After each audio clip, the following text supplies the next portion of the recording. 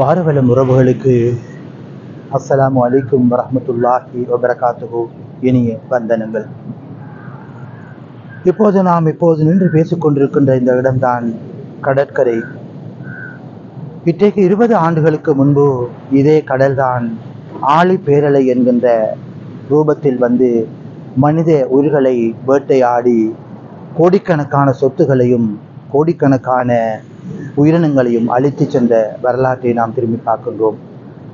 2004ஆம் ஆண்டு டிசம்பர் மாதம் 4ஆம் தேதி, அது 26ஆம் தேதி, அது இன்றைக்கு சுமார் 20 ஆண்டுகளுக்கு முன்பு தூங்கி இருந்தவர்கள் எழும்பவில்லை, எழும்பி இருந்தவர்கள் தூங்கி போனார்கள் என்கின்ற சோக செய்தியை நம்மோடு விதைத்து விட்டு சென்ற அந்த வரலாற்று சுனாமி தாக்கத்தின் 20வது ஆண்டு இன்று நிறைவு பெறுகிறது. இலங்கையிலே சுமார் 40,000 உயிர்களை காவு கொண்ட சுனாமி தாக்கம் இன்றுமே மக்கள் மனதிலிருந்து அழியாத சுவடுகளை நமக்கு தந்துவிட்டு சென்றிருக்கின்றது. கோடிக்கணக்கான சொத்துக்கள் அழிந்து கண்முன்னே நாசமாகின. 40,000க்கு மேற்பட்ட உயிர்கள் அழிந்து போயின. அதையும் போன்று ஒரு தொகையான உயிர்கள் காயமடைந்து இன்றும் காணாமல் போயிருக்கிறார்கள். இத்தகைய சோக வடுக்களை சுமந்து சென்ற அந்த சுனாமி தாக்கத்தின் கோர தாண்டவத்திலிருந்து இன்னும் நாம் விடுபட்ட சூழ்நிலை இல்லை. மட்டக்களப்பு மாவட்டத்தை எடுத்து பார்க்கின்ற போது சுமார் 2000க்கும் மேற்பட்ட உயிர்கள் காவு கொள்ளப்பட்டிருந்தன. இங்கே நாம் நின்று கொண்டிருக்கின்ற இந்த காத்தான்குடி கடற்கரை பிரதேசத்திலும் பல உயிர்கள் சுனாமி பேரலை தாக்கத்துக்கு இரையாகி இருந்த வரலாற்றை நாம் திரும்பி பார்க்கிறோம். மட்டக்களப்பு மாவட்டத்திலே மண்முனை வடக்கு பிரதேச செயலகத்தில் பிரிவிலே சுமார் 1800 உயிர்கள் காவு கொள்ளப்பட்டிருந்தன. மொத்தமாக 2800 உயிர்கள் மட்டக்களப்பு மாவட்டத்தில் சுனாமி பேரலை தாக்கத்துக்கு பலியாகி இருந்த போதிலும் காத்தான்குடியில் சொற்பமானவர்கள் சுமார் 50க்கும் மேற்பட்டவர்கள் மரணமாகி இருந்த அந்த சூழ்நிலையில் மண்முனை வடக்கு பிரதேச செயலக பிரிவிலே திருச்செந்தூர் உட்பட அந்த பிரதேசங்களில் நாவலடி, டச்பார் போன்ற பிரதேசங்களிலே சுமார் 1800 உயிர்கள் சுனாமி தாக்கத்துக்கு இரையாகி பலியாகி இருந்த சோக வரலாற்றையும் நாம் திரும்பி பார்க்கிறோம். அங்கே கரையோர பிரதேசத்திலே அந்த கிராமங்கள் காணாமல் போயிருந்தன. முழுமையாக ஒரு 3-4 கிராமங்கள் முற்றுமுழுதாக அழிக்கப்பட்டு சுனாமி கோர தாண்டவத்தின் போது இல்லாமல் போயிருந்த வரலாற்றை நாம் திரும்பி பார்த்தோம். அத்தகைய இடங்களை இழந்த கிராமங்களை இழந்த மக்கள் இன்று திராய்மடு பிரதேசத்திலே குடியமர்த்தப்பட்டு அங்கே அவர்கள் சுவிஸ் கிராமம் என்கின்ற பெயரில் அமைக்கப்பட்டிருக்கின்ற அந்த கிராமத்திலே வாழ்ந்து வருகிறார்கள். இவ்வாறு சோக வடுக்களை உருவாக்கிவிட்டு சென்ற இந்த சுனாமிக்குள் நாமும் சிக்கிக்கொள்ள தவறவில்லை. அன்று காலை 8 மணி இருக்கும், 8:20 அல்லது 8:25 மணி இருக்கும். எனக்கு மட்டக்களப்பு 680 புதுக்குடியிருப்பில் இருந்து ஒரு தொலைபேசி அழைப்பு வருகிறது. புதுக்குடியிருப்பு கடல் ஊருக்குள் வந்திருக்கிறது, என்னவென்று பாருங்கள் என்று. உடனடியாக என்னுடைய அப்போதைய மறைந்துவிட்ட மர்ஹூம் ஃபலுலுல்லா சகோதர ஊடகவியலாளரோடு தொடர்பு கொண்டு நான் சொல்லுகிறேன், இவ்வாறு கடல் வந்திருக்கிறதாம், வாருங்கள் போய் பார்ப்போம் என்று. நாங்கள் இருவரும் மோட்டார் சைக்கிளை எடுத்துக்கொண்டு வீதிக்கு வருகின்ற போது அப்போது சொல்லுகிறார், கத்திக்கொண்டு ஓடி வருகிறார்கள், காத்தாங்குடி கடலும் வந்து விட்டது என்று. ஓடி வருகிறேன், கமராக்களை எடுத்துக்கொண்டு அவற்றை படங்களாக்கி விட வேண்டும் என்கின்ற துடிப்போடு ஓடி வருகிறோம். மக்கள் ஓடி வருகிறார்கள். கடல் அவர்களை துரத்தி வருகின்ற அந்த காட்சியை எம்மால் காணக்கூடியதாக இருந்தது. பலவர் உடனடியாக நாங்கள் மக்களை காப்பாற்றுகின்ற அந்த நடவடிக்கைகளிலும் மக்களை கரையோரம் இல்லாத வேறு பிரதேசங்களுக்கு கொண்டு செல்லுகின்ற நடவடிக்கைகளில் நாங்கள் ஈடுபட்டிருந்தோம். உடனடியாக சற்று தணிந்திருந்த அந்த சுனாமி கோர தாண்டவம் மீண்டும் 2வது சுனாமியாக மிகப்பெரிய அலையாக வந்தது.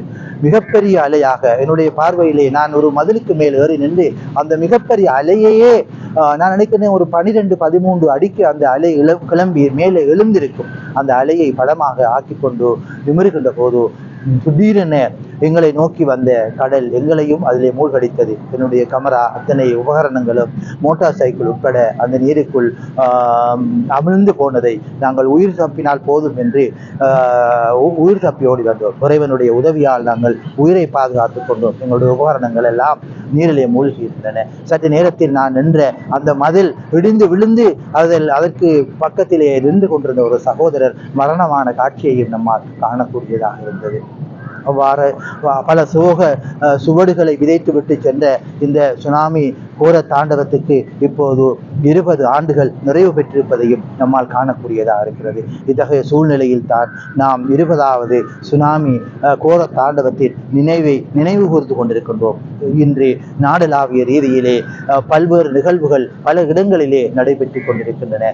அம்பாந்தோட்டை மாவட்டத்தில், காலி மாவட்டத்தில், மாத்தறை மாவட்டத்தில், அம்பாறை மாவட்டத்தில் அதிகமான உயிரிழப்புகள் நிகழ்ந்த வரலாற்றையும் நாம் திரும்பி பார்க்கிறோம். அம்பாறை மாவட்டத்திலே 10,000க்கும் மேற்பட்ட உயிர்கள் சுனாமி தாக்கத்தின் போது காவு கொள்ளப்பட்டிருந்த அந்த சோக வரலாற்றையும் நம்மால் திரும்பி பார்க்க முடிகிறது. சுனாமி தாக்கத்தின் போது அம்பாறை மாவட்டத்தில் பல ஊடகவியலாளர்கள் கூட தங்களுடைய இருப்பிடங்களை இழந்து அகதி முகாமிலே இருந்த வரலாற்றை பார்த்து நாங்கள் மட்டக்களப்பு மாவட்டத்தைச் சேர்ந்த ஊடகவியலாளர்கள் அவர்களுக்கான ஒரு நிவாரண திட்டத்தை கூட ஏற்பாடு செய்து அன்றிருந்த அரசாங்க அதிபர் சண்முகம் அவர்களுடைய வழிகாட்டலிலே கச்சேரியிலே இருந்து வாகனங்களில் அந்த பொருட்களை எல்லாம் ஏற்றிக்கொண்டு அம்பாறையிலே இருந்த எங்களுடைய பாதிக்கப்பட்டிருந்த சகோதர ஊடகவியலாளர்களுக்கு வழங்கியிருந்த அந்த வரலாற்றையும் நாம் நினைத்து பார்க்க வேண்டியிருக்கிறது. இவ்வாறான ஒரு கசப்பான வடுக்களை எல்லாம், ஒரு கசப்பான வழிகளை எல்லாம் நமக்கு தந்துவிட்டு சென்ற அந்த சுனாமி தாக்கத்தின் 20வது ஆண்டு பூர்த்தியிலே நாம் இப்போது நிற்கிறோம். 20 ஆண்டுகள் தான் விட்டு கடந்திருக்கின்றனவே தவிர அந்த சுனாமி தாக்கத்தினுடைய சோக வடுக்களும் அது ஏற்படுத்தி சென்ற காயங்களும் இன்னும் நம் மனதை விட்டு அகலவே இல்லை.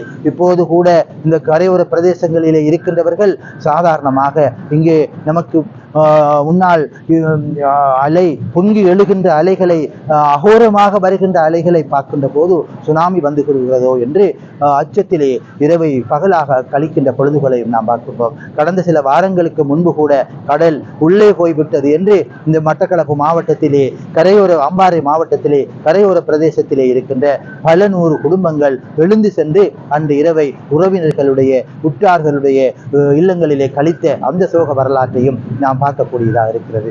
ஆக சுனாமி தாக்கம் நடைபெற்று 2 தசாப்தங்கள் மிக நீண்ட நாட்கள் நம்மை விட்டு கரைந்து சென்று விட்டாலும் அது ஏற்படுத்தி சென்றிருக்கின்ற அந்த தாக்கம், அந்த வலி நம்மை விட்டு இன்னும் அகலவே இல்லை. அவ்வாறான ஒரு சூழ்நிலையில் தான் நாம் இன்று 20வது சுனாமி தாக்கத்தின் நினைவு கூர்ந்து கொண்டிருக்கிறோம். காத்தான்குடி இந்த கடற்கரை பிரதேசம் கூட அன்றைய சூழ்நிலையில் மிகவும் மயான பூமியாகவே காணப்பட்டது.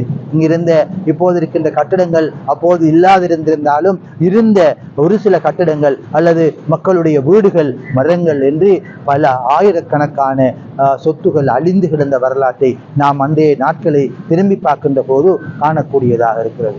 ஆக சுனாமி தாக்கம் என்பது இன்றிருக்கின்ற 20 வயது குழந்தைக்கு, 20 வயது வாலிபனுக்கு, 20 வயது யுவதிக்கு தெரியாத ஒரு விடயமாக இருந்திருக்கும். ஆனால் அது ஒரு மிகப்பெரிய கசப்பான வரலாற்றை, மிகப்பெரிய வழிகளை நமக்கு முன்னே விதைத்து விட்டு சென்ற ஒரு சோக வரலாறு.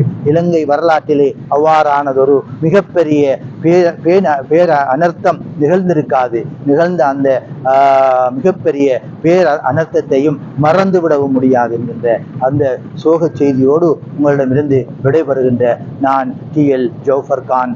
நன்றி. அஸ்ஸலாமு அலைக்கும் வரஹ்மத்துல்லாஹி வபரகாத்துஹு.